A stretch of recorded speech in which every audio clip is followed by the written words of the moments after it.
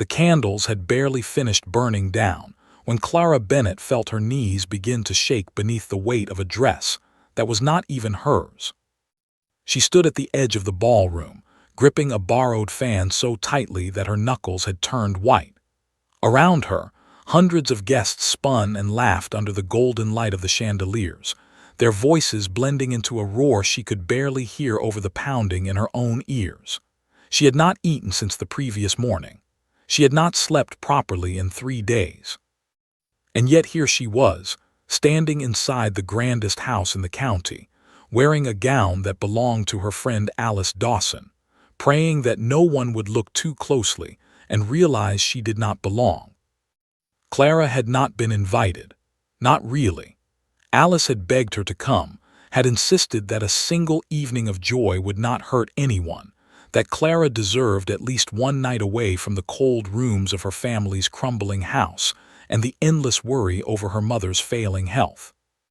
Clara had refused 3 times before finally giving in, not because she believed she deserved anything, but because she could no longer bear another night sitting beside her mother's bed listening to her labored breathing, wondering if the medicine would last until the end of the month. So she had come. She had slipped through the grand doors behind a group of laughing debutantes, her heart hammering the entire time, certain that at any moment a footman would grab her by the arm and demand to know her name. No one had stopped her. No one had even looked at her twice. That should have brought comfort, but instead it made her feel invisible in a way that stung more than she expected. The ballroom stretched before her like something from a dream she had once had and long since forgotten. Marble floors polished to a mirror shine, silk gowns in every shade of the rainbow, jewels catching the candlelight and throwing it back in scattered sparks. Clara had grown up in rooms like this once before her father's business had collapsed and taken the family name down with it. She remembered these sounds. She remembered this music. But she no longer belonged to this world, and every part of her body seemed to know it, even as her mind tried to convince her otherwise. She pressed a hand to her stomach, willing the hunger to quiet itself for just a few more hours. She had eaten nothing that day except a small heel of bread, saved from the loaf she and her mother were rationing between them. She had told herself she could manage. She had told herself that pride would carry her through one evening among strangers who would never remember her face. Across the room, Alice was laughing with a group of young men, her cheeks flushed with wine and delight, utterly unaware of the battle Clara was fighting simply to remain standing. Clara did not begrudge her friend this happiness. Alice had always been kind, always generous, and it was not her fault that Clara's world had crumbled while her own remained intact. Still, watching her laugh from across the room made Clara feel the distance between them more sharply than ever. The music shifted into something slower, a waltz that filled the floor with spinning couples. Clara stepped back toward the wall, seeking the shadows the way she always did now, the way she had learned to do ever since her family's name became something people whispered about rather than admired. She watched the dancers move past her in a blur of color, feeling the room grow warmer, the air thicker, the noise louder even as it seemed to fade at the same time. Her vision began to swim. She blinked hard, trying to steady herself, gripping the edge of a nearby table so tightly that her fingers ached. The room tilted ever so slightly, as though the floor itself had decided to lean sideways. She told herself it was only the heat, only the crowd, only her nerves getting the better of her. She had felt dizzy before and always managed to push through it. She would push through it now too. But the tilting did not stop. It grew worse, spreading through her chest, climbing up into her throat until she could barely draw a full breath. The chandeliers above her blurred into streaks of gold. The laughter around her turned into a distant hum, as though she were hearing it from underwater. She reached out for something to steady herself, anything, but her hand found only empty air. The last thing she remembered was the floor rushing up to meet her, and the strange, distant thought that at least now, finally, no one would notice her at all. For a moment, the ballroom did not react. The music continued. The dancers continued to spin, unaware that a young woman had crumpled to the floor near the edge of the room. It was only when a gasp rippled outward from those standing closest to her that the orchestra faltered, the violins screeching to an uneven stop as heads began to turn. A small crowd gathered quickly, murmuring, staring, none of them moving to help. A woman in a deep blue gown pressed a gloved hand to her mouth. A man beside her muttered something about too much wine, his tone laced with judgment rather than concern. No one recognized Clara. No one knew her name, her family, or her circumstances, and in a room built entirely on reputation and connection, that ignorance made her invisible even as she lay in plain sight. Alice, still laughing across the room, had not yet noticed. The crowd around Clara grew larger, but larger did not mean kinder. Whispers spread faster than help ever could. Some assumed she was drunk. Others assumed she had simply fainted from the tightness of her corset, a common enough occurrence at such gatherings. No one stepped forward to check whether she was breathing. No one knelt beside her to loosen her collar or fan air across her face. They simply watched, as though she were a spectacle rather than a person in danger. It was in that frozen moment, while the crowd hesitated and murmured and did nothing at all, that a tall figure broke through the ring of onlookers without a single word of explanation. He did not ask permission. He did not wait for someone else to act first. He simply pushed past the startled guests, knelt down beside Clara without any regard for the fine cut of his coat against the marble floor, and pressed 2 fingers gently to the side of her neck. The room went silent. Every guest present knew exactly who he was. Duke William Ashford was not a man who involved himself in the affairs of strangers, and certainly not a man who knelt on ballroom floors in front of an audience of nearly 300 people. He was known for his composure, his distance, his refusal to be drawn into gossip or spectacle of any kind. And yet here he was, cradling the head of an unconscious woman no one in the room could name, his expression sharp with concern rather than curiosity. "Someone fetch water," he said, his voice cutting cleanly through the murmurs, "and send for my physician, now." No one moved for a heartbeat too long, still stunned by the sight of him kneeling there, until his sharp glance forced 2 footmen into motion. Whispers began to spread even faster now, no longer about Clara's fainting, but about the Duke himself, about why he had reacted so quickly, about who this unknown woman could possibly be to warrant such attention from a man who rarely spared anyone a second glance. William did not care for the whispers. He barely registered them at all. His focus remained entirely on the woman in his arms, whose face had gone pale as candle wax, whose breathing was shallow and uneven. He noticed the thinness of her wrists as he checked her pulse again. He noticed the slight fraying at the hem of her borrowed gown, hidden cleverly beneath layers of fabric but visible up close. He noticed, most of all, that whoever she was, she had likely not eaten a proper meal in some time, and something about that realization tightened his chest in a way he did not examine too closely. "Does anyone know her name?" he asked, glancing up at the crowd still gathered around them. Silence answered him until a young woman pushed her way forward, her face white with panic. It was Alice, finally alerted by the commotion, her earlier laughter long since drained from her expression. "Clara," she said quickly, dropping to her knees on the other side of her friend. "Her name is Clara Bennett. Please, is she going to be all right?" William did not answer immediately. Instead, he lifted Clara carefully into his arms, ignoring the fresh wave of gasps that rippled through the crowd at the sight of a duke carrying an unconscious stranger through his own ballroom as though she weighed nothing at all. "She needs rest and care, not an audience," he said, his tone leaving no room for argument. "Clear the way." The crowd parted instantly, guests stepping aside with wide eyes and whispered speculation trailing behind him like smoke. Alice hurried alongside him, her hand pressed anxiously to her chest, unable to fully process what was happening. William carried Clara out of the ballroom and down a quiet corridor, away from the noise and the staring eyes, into a private sitting room where the air was cooler and the silence far more forgiving. He laid her gently on a chaise near the window, propping a cushion beneath her head, and knelt beside her once more, watching her chest rise and fall with careful, shallow breaths.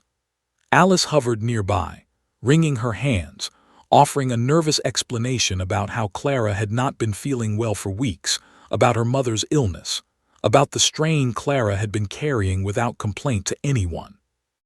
William listened without interrupting, his expression unreadable, though something behind his eyes had shifted from simple concern into something quieter and more complicated. He had spent years perfecting the art of remaining unaffected by the people around him, trained since childhood to guard his emotions as carefully as his family guarded its fortune. Yet watching this stranger's pale face against the cushion, hearing of hardships she had clearly hidden behind a borrowed gown and a brave expression, he found that familiar guard slipping in a way it rarely did. The physician arrived within minutes, moving swiftly to check Clara's pulse, her breathing, the color returning slowly to her lips. He confirmed what William had already suspected: exhaustion, hunger, a body pushed too far past its limits for too long. Nothing life-threatening, the physician assured them, provided she was given rest, food, and time to recover properly. William exhaled a breath he had not realized he was holding. He glanced toward the window, where the first guests were beginning to peer curiously down the corridor, drawn by rumors already spreading through the house like wildfire. He knew, without needing to be told, that by morning all of society would be discussing the Duke who had abandoned his own ball to carry an unknown woman to safety.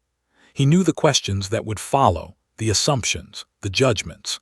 He found, to his own quiet surprise, that he did not particularly care. His attention returned to Clara, whose eyelids fluttered faintly, as though she were beginning to stir from wherever unconsciousness had taken her.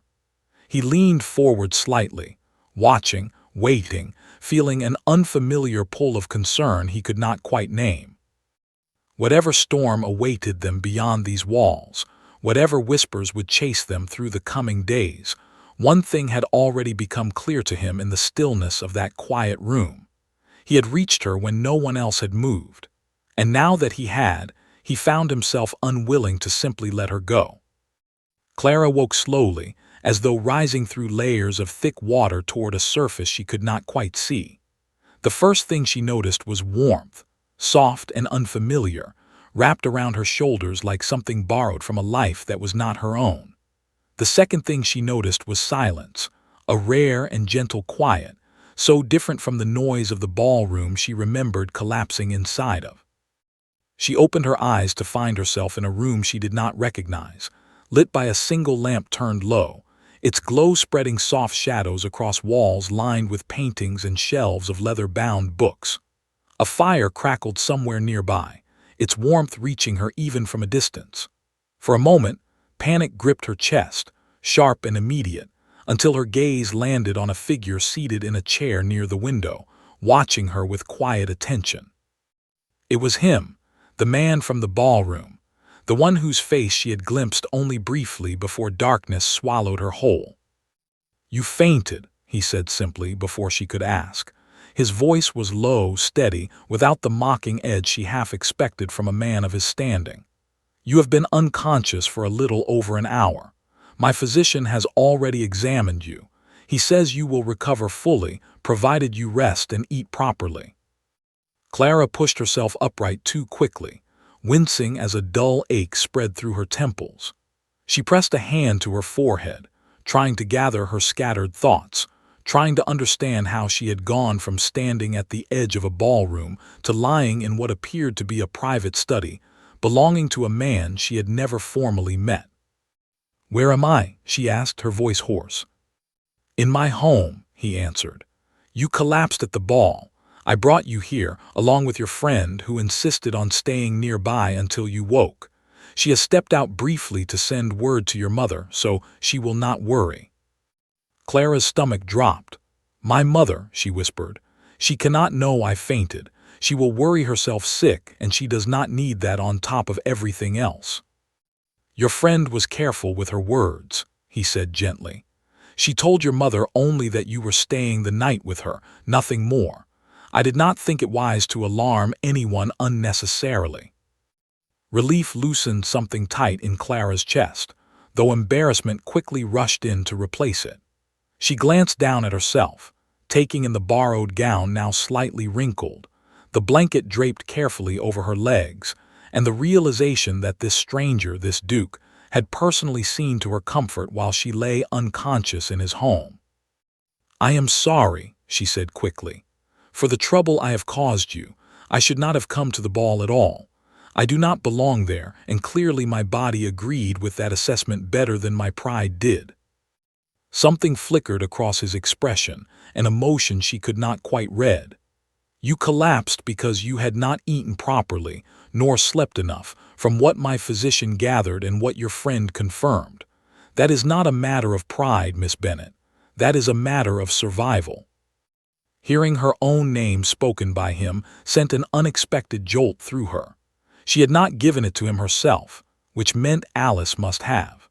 The thought made her feel both grateful and exposed, as though pieces of her private struggles had been laid bare in front of a stranger without her consent. "You know my name," she said quietly. "I do," he answered. "William Ashford, though I imagine you already know that much, given the reaction of the entire ballroom when I knelt beside you." A faint, tired smile tugged at the corner of Clara's mouth despite herself. "I imagine it will be the talk of every drawing room in the city by morning." "Undoubtedly," he agreed, without a trace of concern in his tone. "I find I care very little for that particular consequence." Clara studied him for a long moment, trying to reconcile the reputation she had heard whispered about him, a man known for his coldness, his distance, his refusal to be drawn into society's endless games, with the quiet patience he was showing her now. It did not match. Or perhaps, she thought, the rumors had simply never bothered to look closely enough to see what she was seeing now.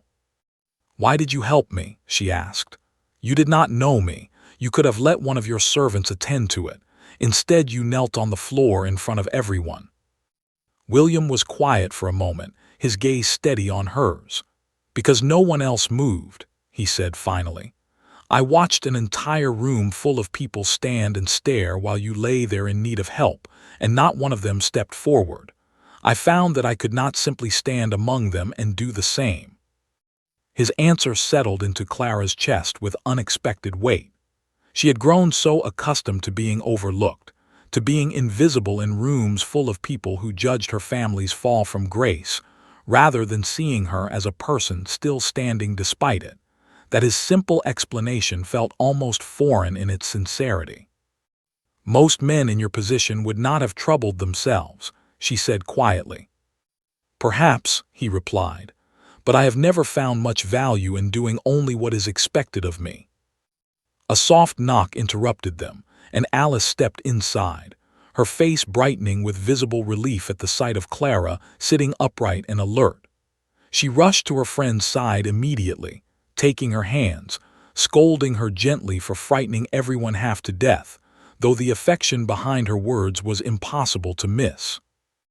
William rose from his chair, granting the two women a moment of privacy, though he lingered near the door long enough to instruct a servant to bring a proper meal for Clara before she attempted to leave.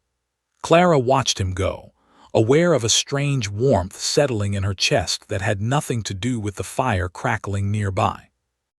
Over the following half hour, a tray arrived bearing simple, warm food, far more than Clara had eaten in a single sitting in weeks. She ate slowly at first, embarrassed by her own hunger, until Alice gently insisted she stop apologizing and simply allow herself to be cared for, at least for one evening. When William returned briefly to check on her progress, Clara found herself studying him more carefully than propriety likely allowed. There was a tiredness behind his eyes that spoke of burdens she did not yet understand, a guardedness in the way he carried himself that suggested he was far more accustomed to disappointment than kindness. Yet every word he spoke to her carried a quiet gentleness that contradicted everything society claimed about him. "You should rest here tonight," he said, glancing toward the window where darkness had fully settled outside. "It is too late, and you are still too weak to travel safely. My housekeeper will prepare a room for you." Clara hesitated, torn between gratitude and the instinctive wariness that came from years of learning not to trust kindness offered too easily. "I do not wish to impose further." "You are not imposing," he said simply. "You are recovering. There is a difference." Something about the steadiness in his voice made her believe him, at least enough to accept the offer without further protest. Alice squeezed her hand once more before reluctantly agreeing to return home herself, promising to visit the following day and to keep Clara's secret safe from anyone who might ask too many questions. Alone later that evening, settled into an unfamiliar but comfortable room, Clara found herself staring at the ceiling, replaying the events of the night in her mind. She thought of the ballroom, the crowd that had done nothing, and the single figure who had broken through all of it without hesitation. She thought of his voice, steady and certain, cutting through the chaos as though her well-being mattered more to him than anything else in that gilded room full of strangers. She told herself it meant nothing beyond simple decency, that a man of his position could afford such gestures without consequence, that come morning she would return to her small, quiet life, and he would return to his, their paths unlikely to cross again in any meaningful way. Yet even as she tried to convince herself of that truth, some small, stubborn part of her heart refused to fully believe it. Downstairs, in the quiet solitude of his study, William stood by the window, staring out into the darkened gardens without truly seeing them. He thought of the fragile weight of her in his arms as he had carried her from the ballroom, of the exhaustion carved into features too young to bear such burdens, of the quiet dignity with which she had spoken despite everything life had clearly taken from her. He had spent years building careful walls around himself, taught since childhood that emotion was a liability, that trust was a weakness easily exploited by those seeking his fortune or his title. Yet in the span of a single evening, a stranger with nothing to offer him, but honesty had managed to crack something open inside him that he had long believed permanently sealed. He did not yet understand what it meant. He only knew, with quiet certainty, that he had no intention of letting the connection formed that night simply fade away with the morning light. Morning arrived with soft light spilling through tall windows, and Clara woke to find herself more rested than she had been in months. For a brief, peaceful moment, she forgot where she was, until the unfamiliar furnishings around her reminded her of the previous night's events. She dressed quickly, grateful to find her own clothes had been cleaned and pressed, and made her way downstairs with careful steps, unsure of what the new day might bring. She found William in a small breakfast room overlooking the gardens, a pot of tea already steaming on the table before him. He rose the moment she entered, gesturing for her to join him, and though the gesture was simple courtesy, Clara felt a flush of warmth spread across her cheeks at the attention. "I trust you slept well," he said, pouring her a cup of tea without waiting to be asked. "Better than I have in a long while," she admitted, settling into the chair across from him. "Thank you again for everything. I do not know how I will ever repay such kindness." "You need not repay anything," William replied. "Though I confess I would like to know more about the woman who managed to disrupt an entire ballroom simply by needing help when everyone else refused to offer it." Clara laughed softly, the sound surprising even herself. It had been a long time since laughter had come so easily. "There is not much to tell. My father's business failed several years ago, and with it went our fortune, our friends, and most of our standing in society. My mother has been unwell ever since, and I have spent most of my time caring for her and trying to keep what little we have left from slipping away entirely." William listened without interruption, his expression thoughtful rather than pitying, which Clara appreciated more than she could easily express. So many people, upon learning of her family's fall, had responded with either exaggerated sympathy or thinly veiled judgment. William offered neither. "That explains a great deal," he said finally. including why you attended last night's ball dressed in a gown that did not quite fit you properly." Clara's cheeks warmed further, though she found she did not mind his observation nearly as much as she expected. "It belonged to my friend Alice. She insisted I needed one evening away from worry, though I fear the evening did not go quite as either of us planned." "Perhaps not as planned," William said, a faint smile touching his mouth for the first time since she had woken, "but not entirely without merit, I think." They spoke for nearly an hour longer, the conversation drifting easily between lighter subjects and deeper ones, each finding in the other a willingness to listen that neither had experienced often in recent years. Clara learned that William had inherited his title far younger than expected, following the sudden death of his father, and had spent the years since carrying responsibilities that left little room for personal connection. He learned that Clara, despite everything her family had lost, had refused every opportunity to marry simply for financial security, unwilling to trade her own happiness for convenience, even when convenience might have solved every practical problem she faced. By the time Alice arrived to collect her friend, Clara found herself reluctant to leave, a feeling she quickly tucked away, uncertain what to make of it. William walked them both to the door personally, an act of courtesy that did not go unnoticed by the household staff watching from various corners of the entrance hall. "May I call on you, Miss Bennet?" William asked, his tone carefully measured, though something in his eyes betrayed a hope he was clearly trying not to show too openly. "To ensure you have recovered fully, of course." Clara hesitated only a moment before nodding. "I would like that." Over the following weeks, William's visits became a quiet, steady presence in Clara's life.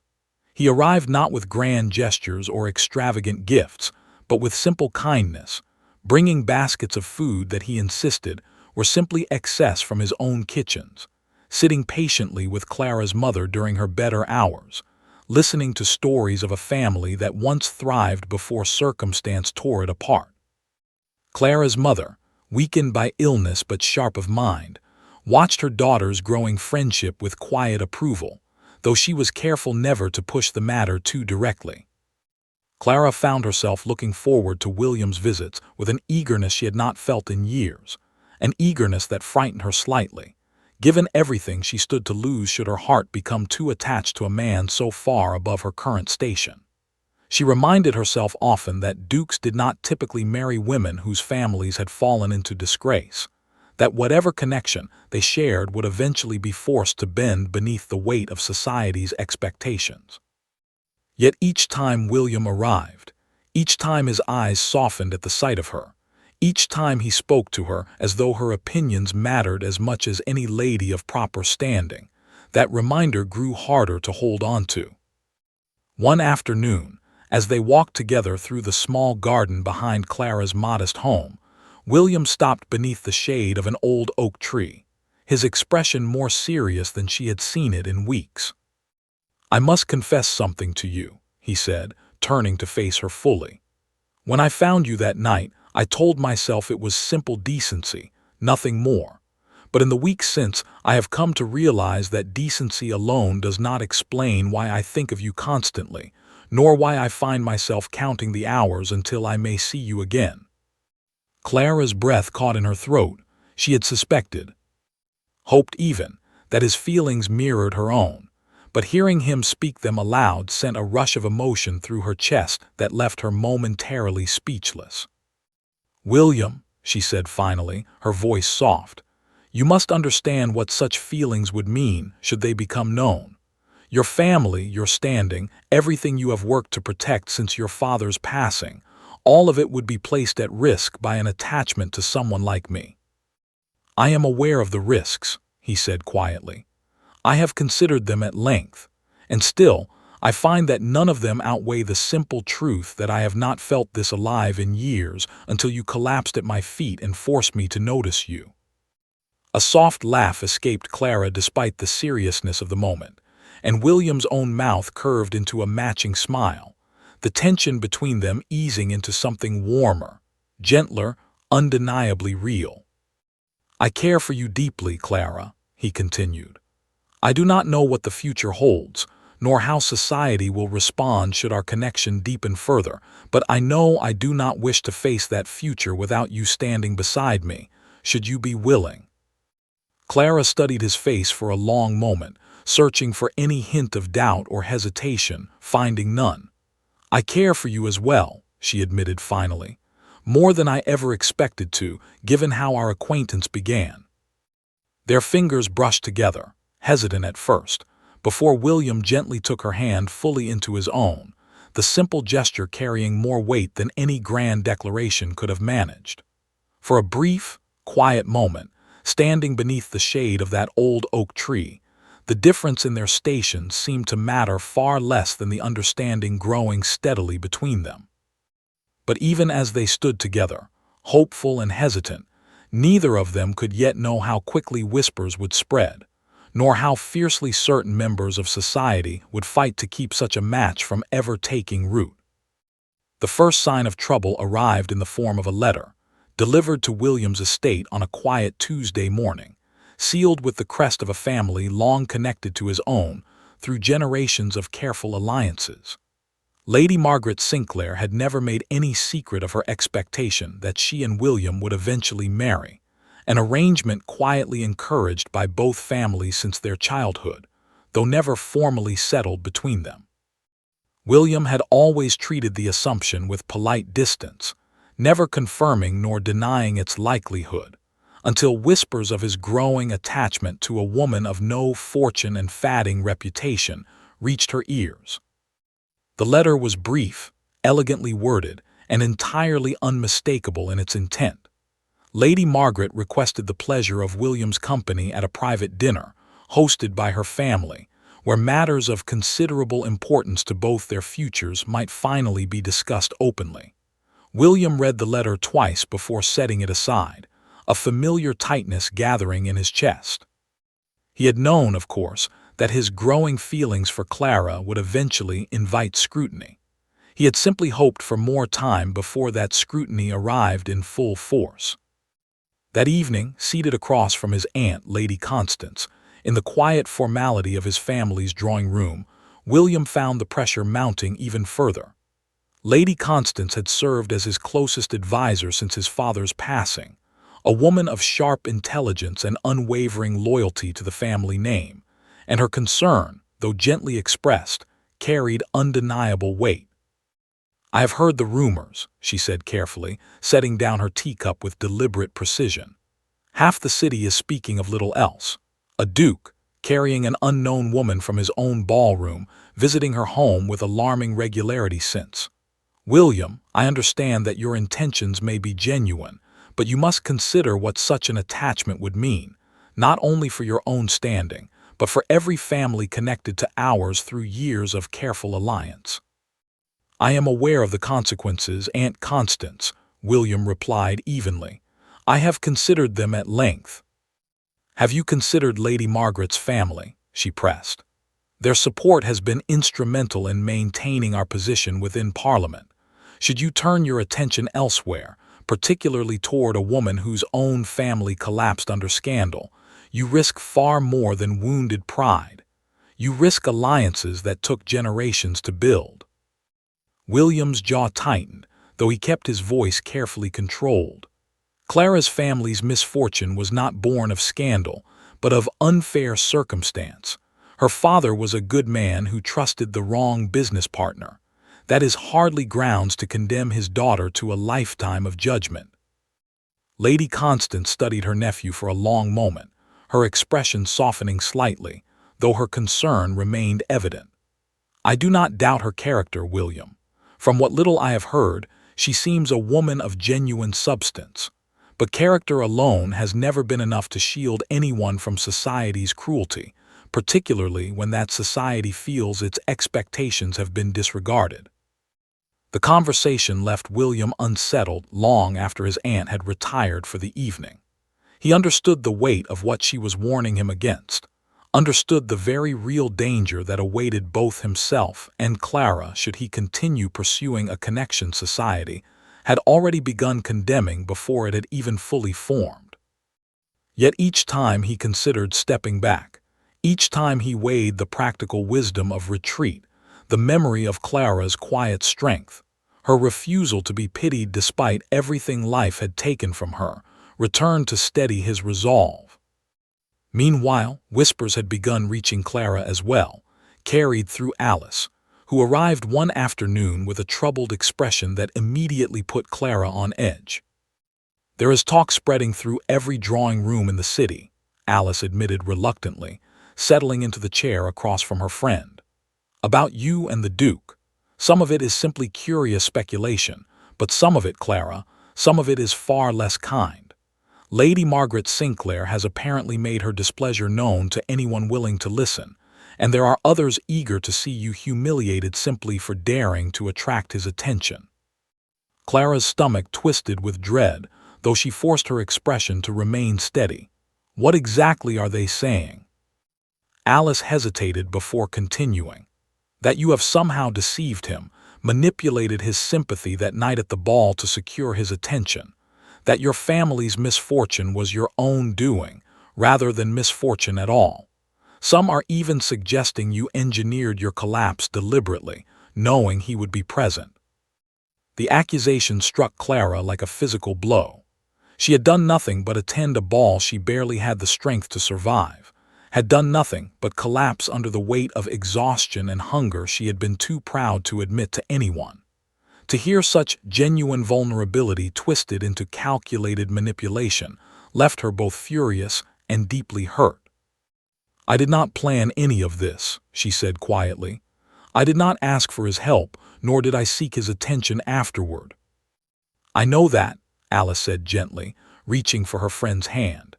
"Anyone who truly knows you knows that as well. But society rarely concerns itself with truth when a more scandalous story proves far more entertaining." In the days that followed, the whispers grew louder, spreading beyond drawing rooms into public spaces Clara could no longer avoid entirely.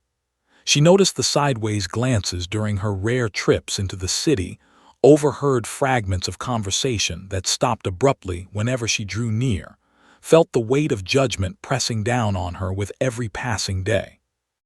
Her mother, though weakened by illness, grew increasingly worried as well, urging Clara gently to consider distancing herself from William before the damage to her reputation became irreversible. "I do not wish to see you hurt further, my dear," her mother said one evening, her voice frail but sincere. "You have already endured so much. I could not bear to watch you suffer more simply for the sake of a connection that society may never fully accept." Clara sat beside her mother's bed, holding her thin hand gently within her own, torn between the practical wisdom of her mother's concern and the stubborn hope still blooming quietly in her chest. "I care for him, Mother. Genuinely. It is not simply gratitude for his kindness that night, nor a desire to escape our circumstances. It is something far deeper than that." Her mother's expression softened with understanding, even as worry remained etched into the lines of her face. "Then you must decide, Clara, whether that feeling is strong enough to withstand whatever storm society chooses to send your way. Because I fear, should you continue this path, that storm will only grow fiercer before it settles." Clara considered her mother's words long into the night, staring up at the ceiling of her small, familiar room, weighing everything she stood to lose against everything she had already found. She thought of William's steady presence, his genuine kindness, the way he listened to her as though her thoughts carried real weight, the quiet strength beneath his guarded exterior that few others ever glimpsed. She thought, too, of Lady Margaret Sinclair, of the families whose alliances depended on a match Clara could never hope to provide, of the very real possibility that her presence in William's life might cost him far more than either of them were prepared to sacrifice. By morning, Clara had reached a difficult decision, one she knew would break something fragile and precious that had only just begun to take root, but one she believed, in her heart, might be necessary to protect the man she had come to care for so deeply. When William arrived later that day, eager as always to see her, Clara met him in the small garden behind her home, her expression carefully composed despite the ache settling deep in her chest. "William," she began, her voice steady though her hands trembled slightly at her sides, "I think it would be best if we did not continue seeing one another so frequently." His expression shifted immediately, confusion giving way to something closer to quiet alarm. "Clara, what has happened? Has someone said something to hurt you?" "It is not about what has been said," she replied, though the lie tasted bitter on her tongue. "It is about what is true. You have responsibilities, William, alliances your family depends upon, a position within society that my presence only threatens. I cannot, in good conscience, continue allowing you to risk everything simply for my sake."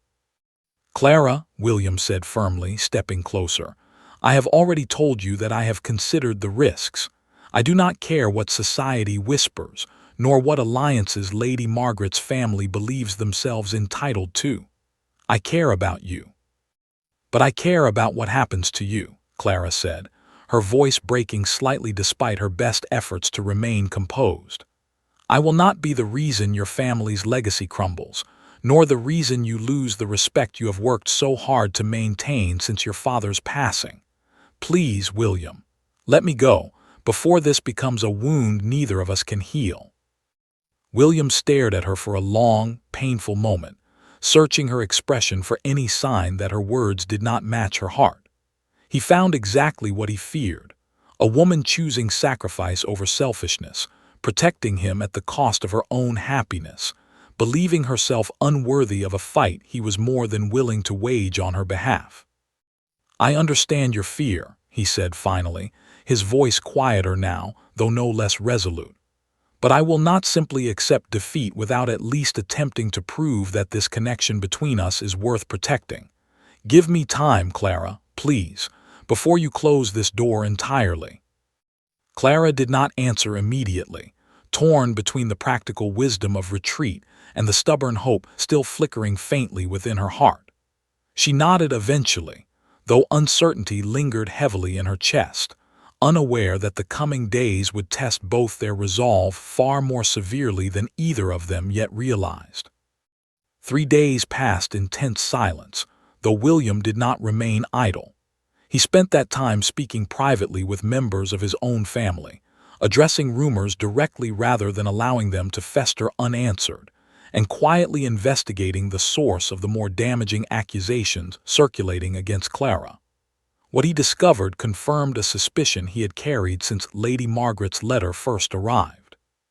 Several of the more vicious rumors, particularly the claim that Clara had deliberately staged her collapse to secure his attention, had originated not from casual gossip, but from a deliberate campaign, carefully orchestrated by Lady Margaret herself, who had grown increasingly desperate as William's visits to Clara continued despite her initial letter. She had enlisted the help of her closest companions, women eager to protect their own positions within society, spreading whispers through carefully chosen conversations designed to reach exactly the right ears at exactly the right moments. William confronted her directly, requesting a private audience at her family's estate, his expression carefully controlled despite the anger simmering beneath the surface.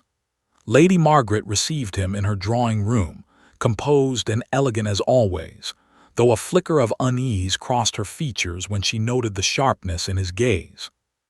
"I understand you have been quite busy these past weeks, Lady Margaret," he began, his tone deceptively calm. "Spreading stories about a woman you have never formally met, accusing her of manipulation and deceit based on nothing more than your own wounded expectations." Lady Margaret's composure faltered slightly, though she recovered quickly, lifting her chin with practiced confidence. "I merely shared concerns others had already begun to voice, William. I hardly invented suspicion out of thin air." "You invented quite a bit more than mere concern," William replied evenly. "And I would ask that you cease immediately, unless you wish for me to make public exactly how those rumors originated and exactly who orchestrated their spread." "You would humiliate me publicly to protect a woman of no standing?" Lady Margaret asked, disbelief coloring her tone. "I would protect the truth," William said simply. "Clara Bennett has done nothing to deserve the cruelty you have subjected her to. Whatever expectations existed between our families regarding a future match, I never confirmed them, nor encouraged them beyond simple courtesy. I am sorry if that disappoints you, but it does not grant you license to destroy an innocent woman's reputation out of spite." Lady Margaret studied him for a long, tense moment, searching for any hint of weakness she might exploit, finding none. Finally, her shoulders sagged slightly, the fight draining from her expression as reality settled in. "I suppose there is little point in continuing this pursuit, then," she said quietly. "Very well, William, I will withdraw my involvement, though I doubt the damage already done can be so easily undone."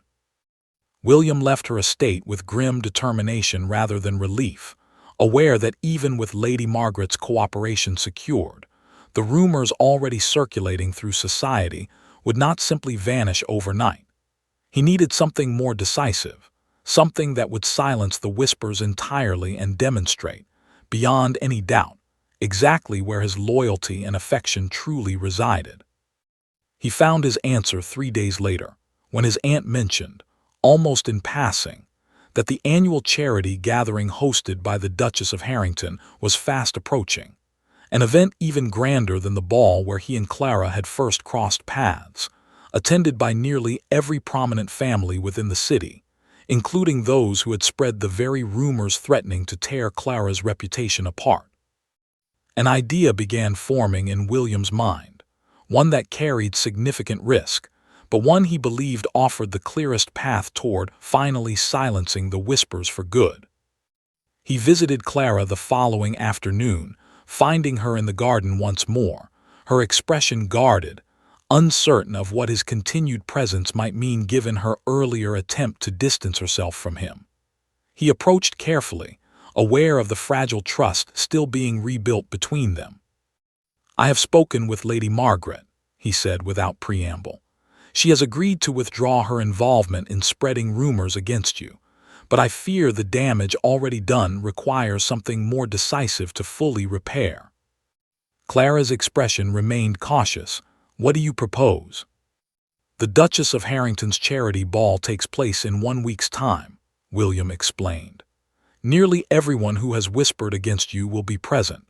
I would like you to attend as my guest, openly and without hesitation, so that all of society may witness exactly where my affection lies, without ambiguity or doubt remaining." Clara's breath caught in her throat. "William, that would only invite further scrutiny.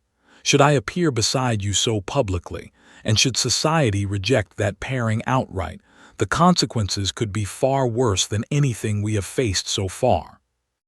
"I understand the risk," William said gently, stepping closer, taking her hands carefully within his own. "But I have grown tired of allowing whispers and assumptions to dictate the course of something I believe, with complete certainty, to be worth protecting. I do not wish to hide this connection any longer, Clara. I wish to stand beside you openly and let anyone who disapproves make their objections known directly to my face, rather than through cowardly rumors spread behind closed doors." Clara studied his expression, searching for any trace of doubt, finding only steady conviction.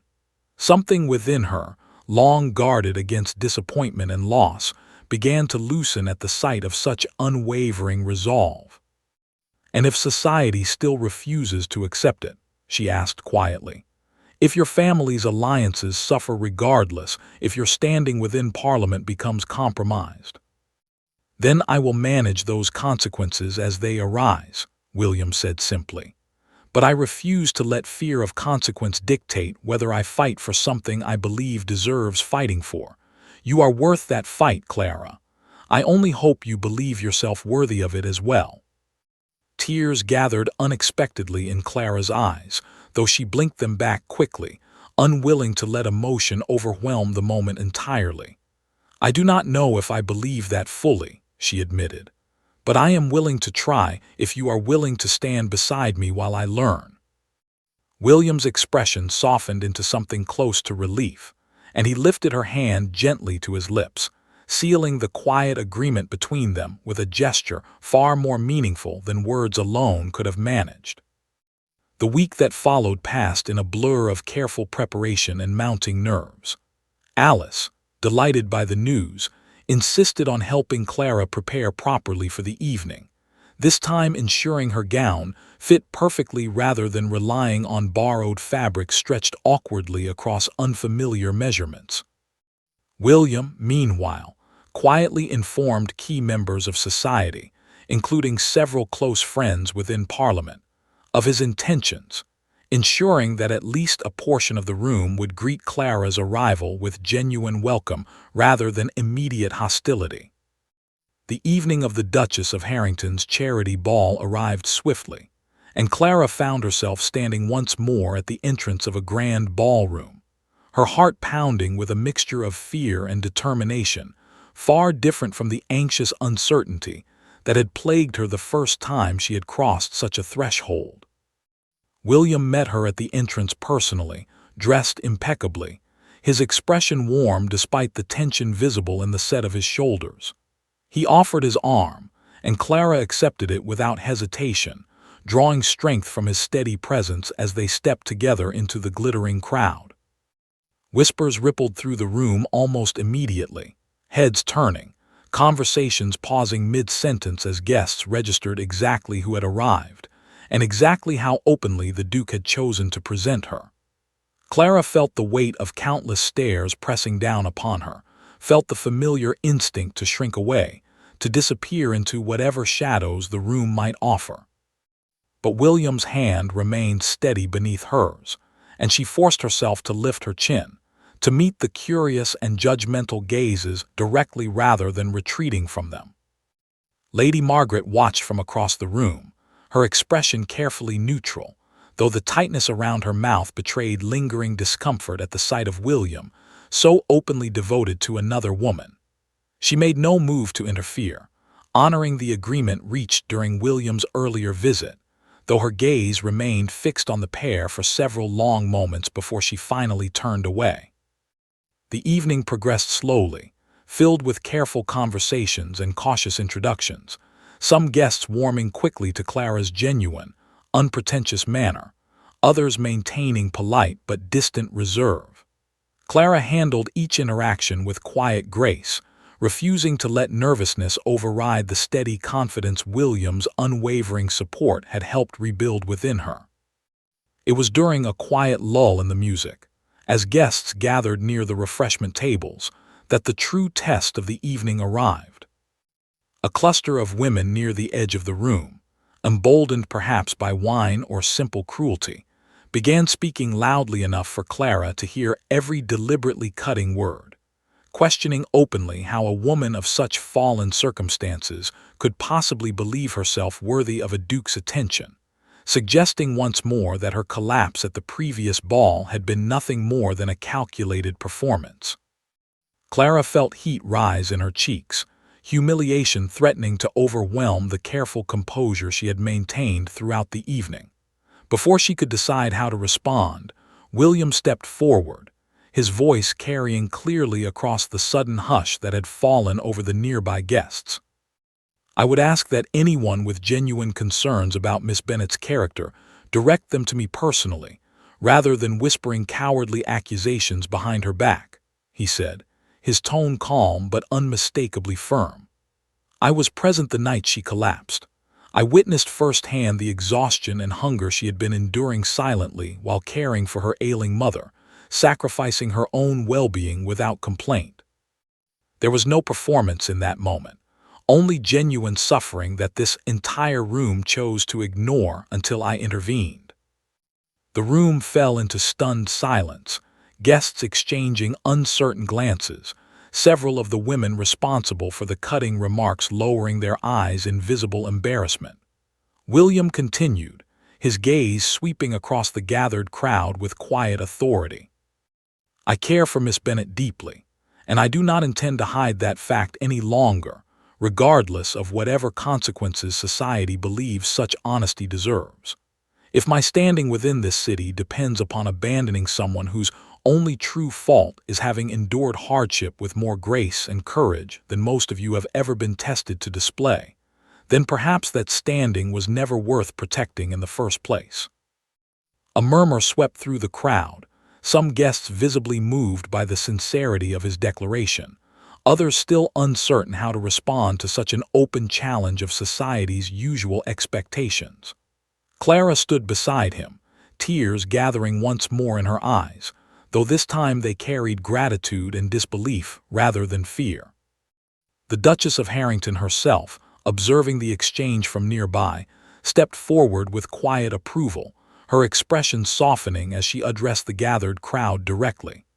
"I have known William Ashford since he was a boy," she said, her voice carrying easily across the room. "I have never once heard him speak with such conviction about anything, nor witnessed him defend anyone so passionately. If he believes Miss Bennet worthy of such devotion, I find myself inclined to trust his judgment far more than idle gossip spread by those too comfortable in their own fortune to understand genuine hardship." The Duchess's endorsement carried significant weight, and Clara felt the atmosphere within the room shift almost immediately, hostility softening into curious reconsideration among many of the guests who had previously doubted her. Not everyone's opinion changed entirely, and Clara understood that some whispers would likely continue regardless of the evening's events, but the overwhelming tide of judgment that had followed her since the first ball began, at last, to turn in her favor. Later that evening, as the music resumed and guests slowly returned to dancing and conversation, William led Clara toward the center of the ballroom floor, the very space where months earlier she had collapsed unnoticed and alone. This time, as the orchestra began a slow, graceful waltz, he drew her gently into his arms, and together they moved across the polished marble beneath the glittering chandeliers, no longer strangers hidden at the edges of the room, but a couple standing openly at its very heart. Clara felt the weight of countless eyes upon them once more, but this time the sensation carried none of the fear that had haunted her before. She felt instead a quiet, steady pride, a sense of belonging she had feared she might never reclaim after her family's fall from grace. "You did not have to defend me so publicly," she murmured, her voice soft beneath the music surrounding them. "You risked a great deal tonight." "I would risk far more gladly for you," William replied, his gaze steady and warm upon her face. "I told you once that I found little value in doing only what was expected of me. Tonight simply proved that conviction beyond any doubt."